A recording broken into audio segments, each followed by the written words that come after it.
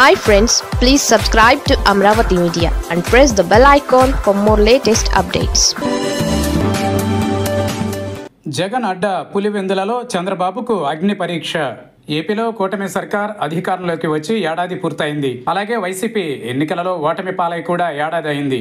అయితే రాష్ట్రంలో ప్రభుత్వం మారిపోతోందంటూ ఇప్పటి నుంచే వైసీపీ ప్రచారం మొదలుపెట్టేసింది.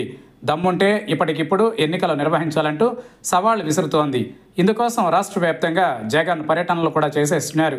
ఈ నేపథ్యంలో చంద్రబాబు కీలక నిర్ణయం తీసుకున్నారు.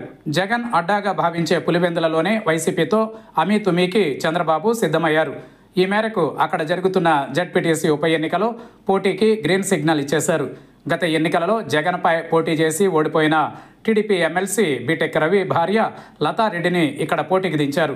ఇప్పటికే కడప జిల్లాలో మహానాడు నిర్వహించి వైసీపీకి సవాల్ విసిరిన చంద్రబాబు ఇప్పుడు జగన్ అడ్డాలో జరుగుతున్న ఉప ఎన్నికలలో పోటీకి సై అన్నారు.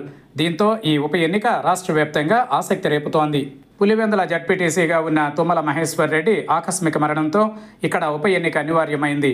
దీంతో రాష్ట్ర ఎన్నికల సంఘం ఇక్కడ ఉప ఎన్నికకు నోటిఫికేషన్ జారీ చేసింది. దీంతో వైసీపీ మహేశ్వర్ రెడ్డి కుమారుడు తుమ్మల హేమంత్ కుమార్ని అభ్యర్థిగా దింపింది. ఆయనకు పోటీగా టీడీపీ నుంచి బీటెక్ రవి భార్య లతారెడ్డి బరిలోకి దిగుతున్నారు.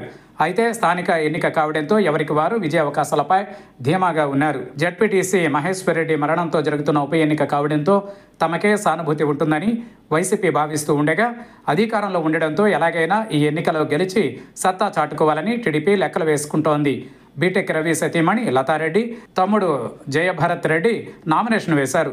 పులివెందులలో ఏ చిన్న అవకాశం వచ్చినా కూడా తెలుగుదేశం పార్టీ సద్వినియోగం చేసుకుంటుందని బీటెక్ రవి ప్రకటించారు.